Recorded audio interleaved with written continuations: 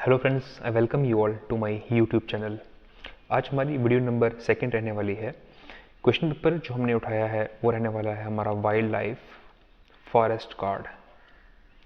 Wild life forest guard का exam paper हम discuss कर रहे हैं। पार्ट नंबर 2 आज हम डिस्कस करेंगे। इसके पहले हमारी वीडियो नंबर 1 जो है वो शूट हो चुकी है। जो नहीं देखी है वो पहले उसे देखें, फिर इस पार्ट सेकंड वाली वीडियो को अब गो थ्रू करिए।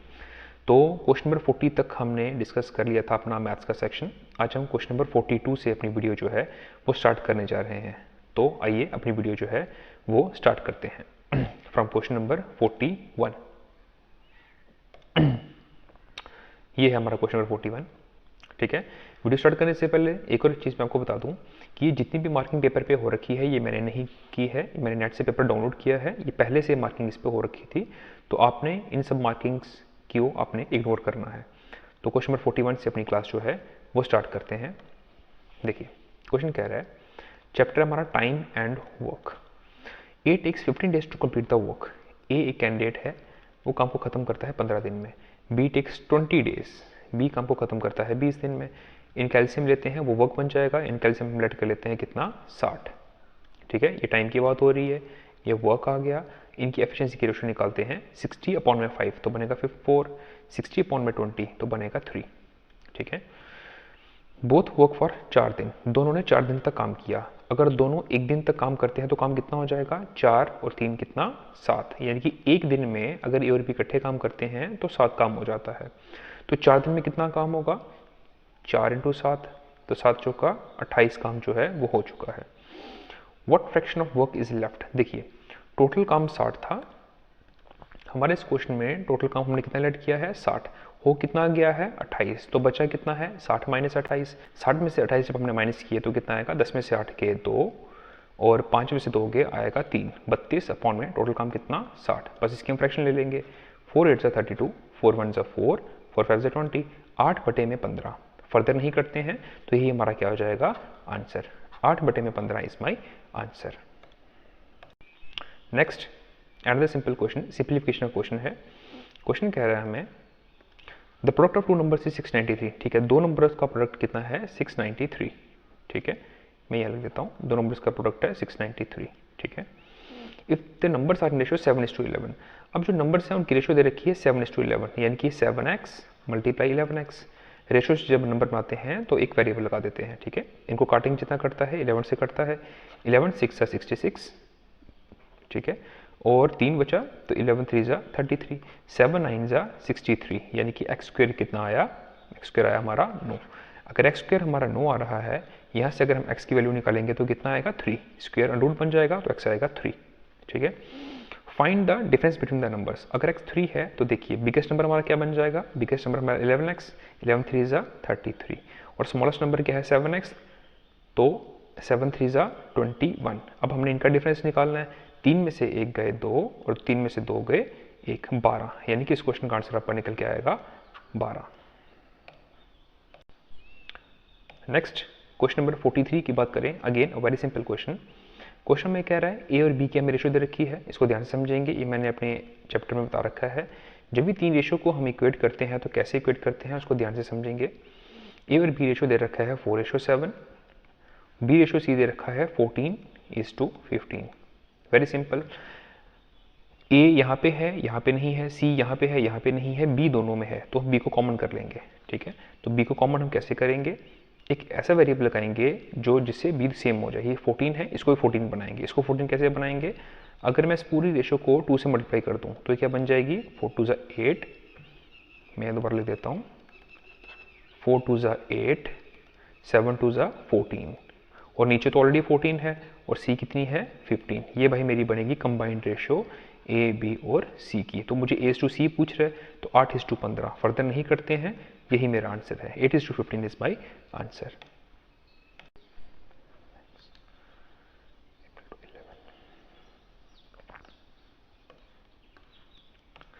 इसको जब हम सॉल्व करेंगे तो हमारा x निकल के आएगा 11।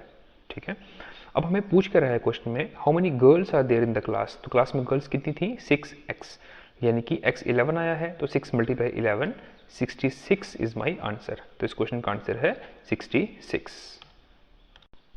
नेक्स्ट क्वेश्चन नंबर 45 को देखेंगे। देखो 45 क्या कह रहा है, the ratio of ages A and B is 7:9। ठीक है, ए और बी की रेशियोज हमें दे रखी है जी कितनी, 7:9। इसको मान लेंगे 7x, इसको मान लेंगे 9x। ठीक है, रेशियो से नंबर ऐसे बनाए जाते हैं।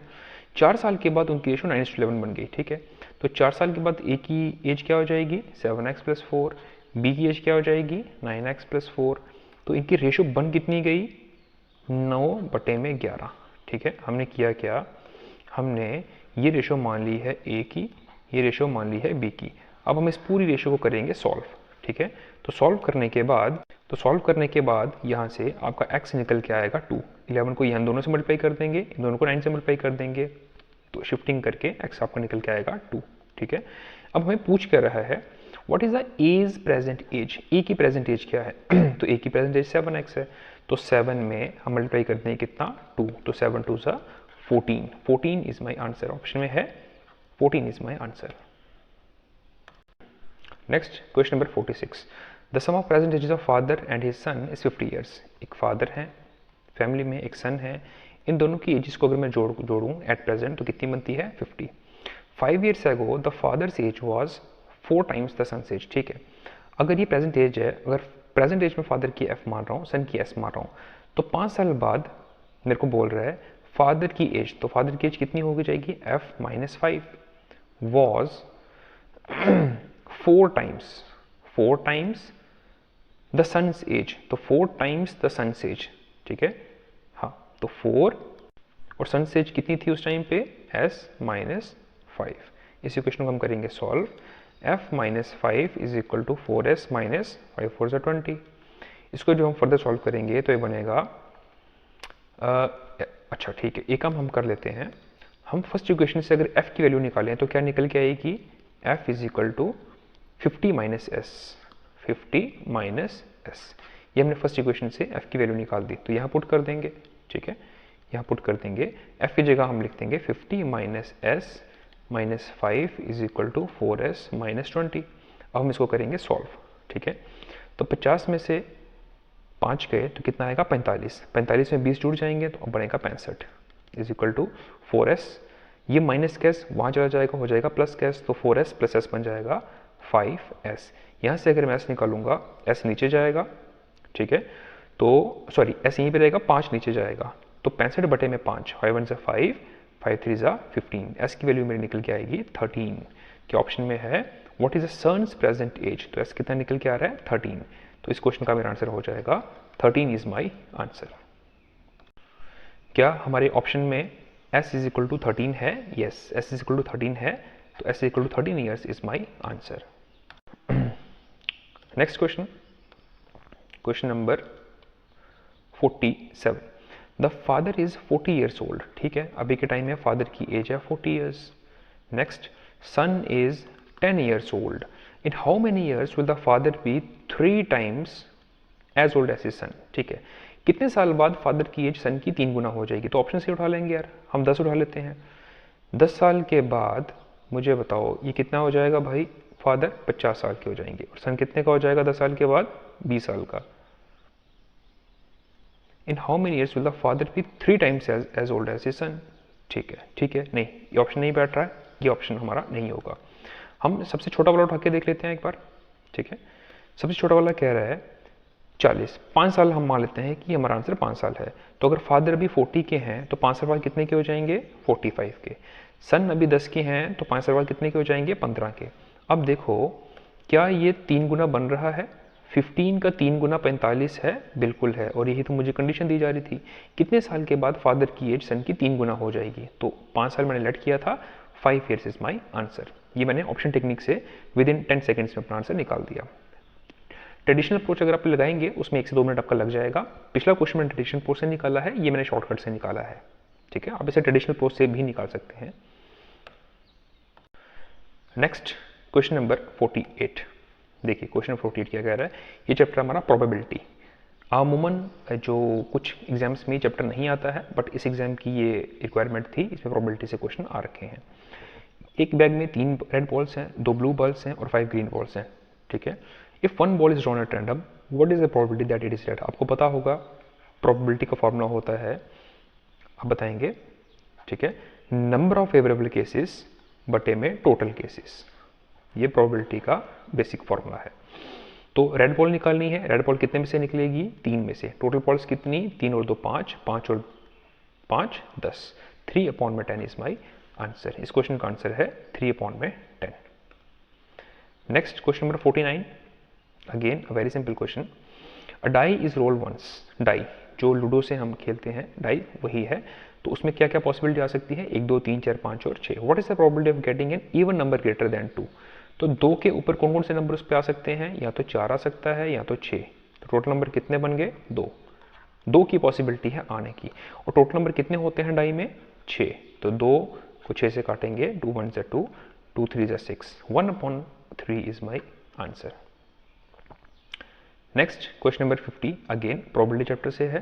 2 कॉइन्स आर टॉस टुगेदर, ठीक है, अगर 2 कॉइन्स टॉस की गई तो हम प्रोबेबिलिटी निकाल सकते हैं, उसमें क्या क्या आ सकता है, देखो, या तो दोनों में हेड हेड आए, या एक में हेड आए एक में टेल आए, या एक में टेल आए एक में हेड आए, या दोनों में टेल टेल आए, ठीक है। हाँ, अब देखते हैं क्वेश्चन में क्या कह रहा है, what is the probability of getting 1 head and 1 tail. ये नहीं कह रहा है पहले कौन बाद में कौन, 1 हेड एंड 1 टेल। तो 1 हेड एंड 1 टेल की पॉसिबिलिटी मेरी कहाँ कहाँ बन रही है, यहाँ बन रही है और यहाँ बन रही है, ठीक है। तो बस इसका आंसर हम निकाल देंगे। जो हमें पूछा जा रहा है, नंबर ऑफ फेवरेबल केसेस कितने, 2 बटे में टोटल केसेस कितने, 4, 2 दूनी 4, 1/2, 1/2 इज माई आंसर। आज हम क्वेश्चन नंबर 50 तक ही रखेंगे, बाकी के रेस्ट ऑफ से जो 8 से 10 क्वेश्चन हैं वो हम नेक्स्ट वीडियो में डिस्कस करेंगे। ये हमारी पार्ट 2 की वीडियो थी, हल्के से क्वेश्चन हैं, इसमें ज़्यादा बेसिक क्वेश्चन ही एग्जाम में आपसे पूछे गए थे। लास्ट के क्वेश्चन जो थे ये हमारे प्रोबेबिलिटी के थे। प्रोबेबिलिटी 10th क्लास का एक बड़ा अच्छा चैप्टर है। अगर आपको प्रोबेबिलिटी की नॉलेज नहीं है तो 10th क्लास की बेसिक टेक्स्ट बुक आप उठा सकते हैं और वहाँ से अपना चैप्टर कंप्लीट कर सकते हैं। तो आज की वीडियो में फिलहाल इतना ही, मिलेंगे नेक्स्ट वीडियो में, इसी सीक्वेंस की पार्ट 3 में आपसे मुलाकात होगी। तब तक अपना ध्यान रखिए, स्टे हेल्दी, ईट हेल्दी। जय हिंद, जय भारत।